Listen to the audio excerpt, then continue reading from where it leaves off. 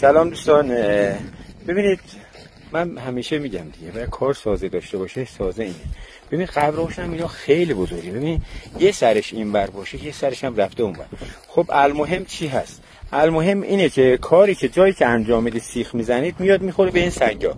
خب ببین سازه رو نگاه کنید. من همیشه میگم آقا کاری که انجام میده باید حتما یه سنگ سینی باشه.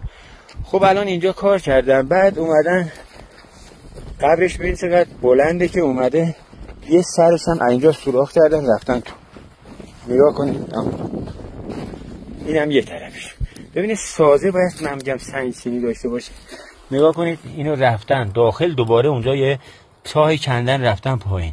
ببین اون چاهی که پایین کار کردن درست نیست اصلا. نگاه کنید کلن بکره.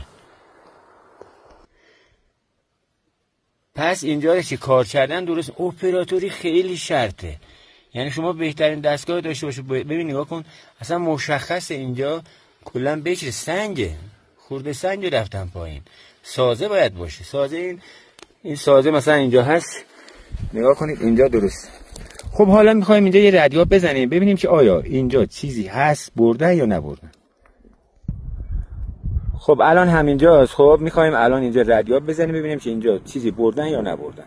خب الان دوستان ببین نگاه کنید انگشتر دست چپمه. من همیشه از انگشتر نقره استفاده میکنم چون کارهای سطحی بیشترش نقره است، مفرغه. کارهای طلا یکم اونگش پایینتر. حالا من این کارو میکنم. بعد سر ردیاب پایین چیکار میکنی؟ میاری بالا، آوردی بالا. نگاه کنید حالا ردیاب ما این مسیر رو نشون داد. خب بذار ببینیم اینجا یکم چاله است. حالا بذار از این ور بریم ببینیم که جهتش کدوم طرف. باید کلا بچرخه. الان نگاه کنید الان ردیاب اینجا کاملا داره میچرخه. حالا میخوایم عمق کار رو بگیریم.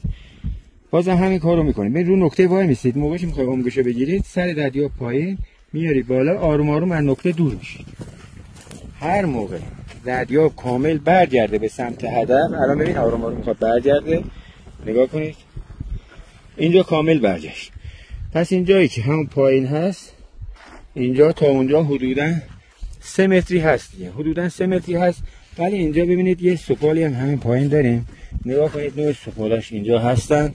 پس منطقه خوبیه. ان شاءالله شما موفق باشید.